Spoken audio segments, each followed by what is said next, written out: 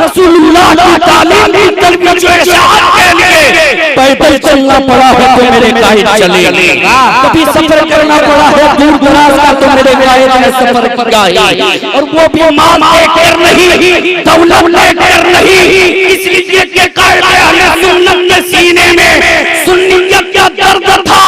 कायद अहले सुन्नत अपने घर को आबाद करने के लिए नहीं, सफर किया करते थे तो सुन्नियत को आबाद करने के लिए।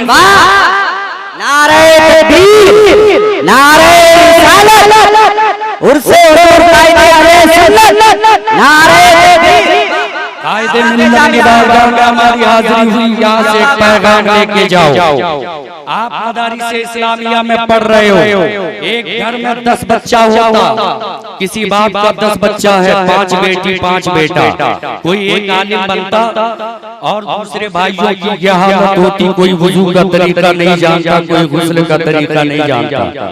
अगर ये हमारी हालत रही तो रईसुल कलम का जो मिशन था कहीं ना कहीं वो मिशन हम छोड़ रहे हैं, कहीं ना कहीं उस मिशन को हम कमजोर कर रहे हैं। इसलिए हमारी कोशिश ये होनी चाहिए कि एक घर में अगर 10 फर्द है, एक आलिम ही हो जाए, बकिया जो लोग हैं वो भी रसूलुल्लाह की तालीम से दूर ना रहे।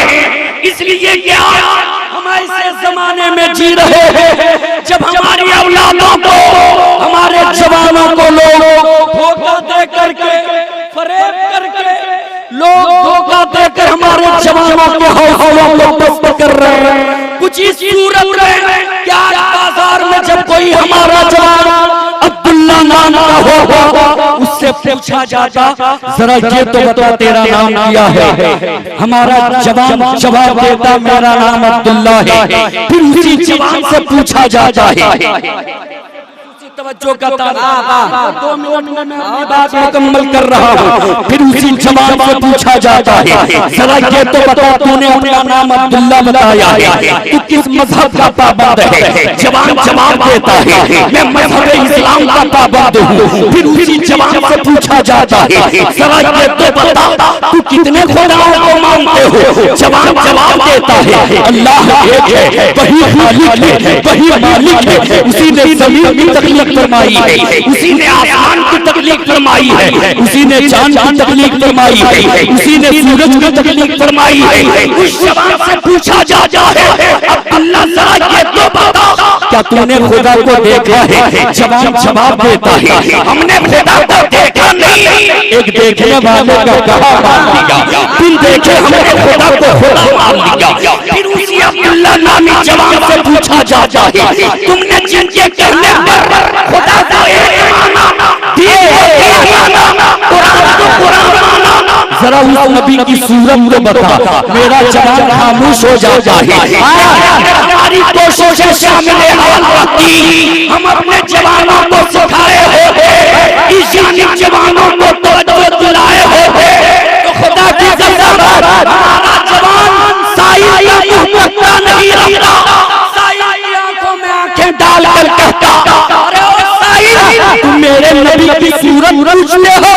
सुन, दुनिया में जितने सूरत वाले हैं, जितने हसीन हैं, सबको की मिसाल लोग से देते हैं। हम उस नबी का कलमा पढ़ते हैं जिनको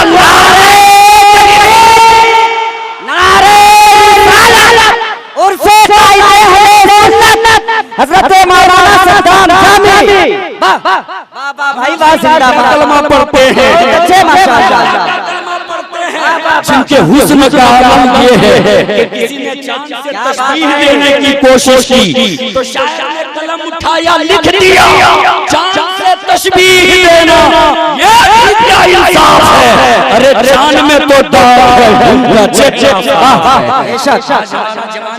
जिंदाबाद। 2 मिनट में मैं अपनी बात मुकम्मल कर रहा हूँ, तवज्जो के साथ सुने, हाथों को उठाकर या रसूल अल्लाह। फिर उसी जवान से पूछा जाता जरा ये तो बता तू जिस नबी का कलमा पढ़ते हो उस नबी की सीरत क्या है?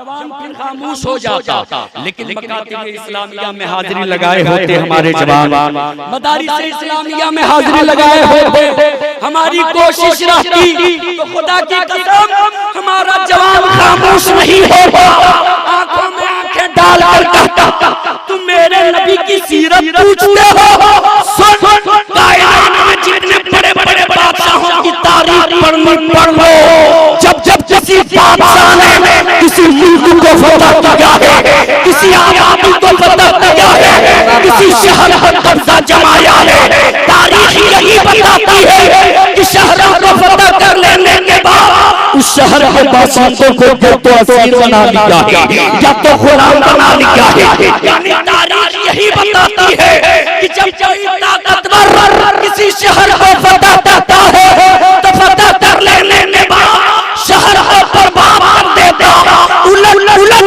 देता। लेकिन हम उस नबी का कलमा पढ़ने वाले हैं कि जब मेरे नबी ने शहर को फतह किया तो शहरों को बर्बाद नहीं, मेरे नबी ने बर्बाद शहरों को जिंदाबाद। इसलिए मेरे मिल्लत के नौजवानों, इल्म का अंजुमन सजाने की जरूरत है। इल्म घर तक पहुँचे, तालीमात इस्लाम से अपने बच्चों को आप रोशनास करें, को आप सिखाएं कि फराइज़ क्या है, उसूल व ज़वाबित क्या है।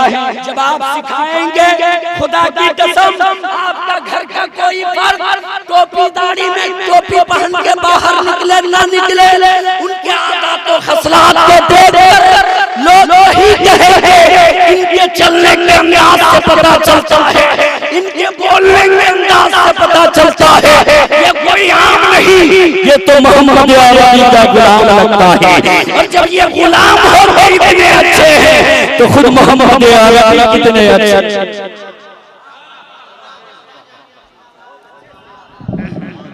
जिंदाबाद।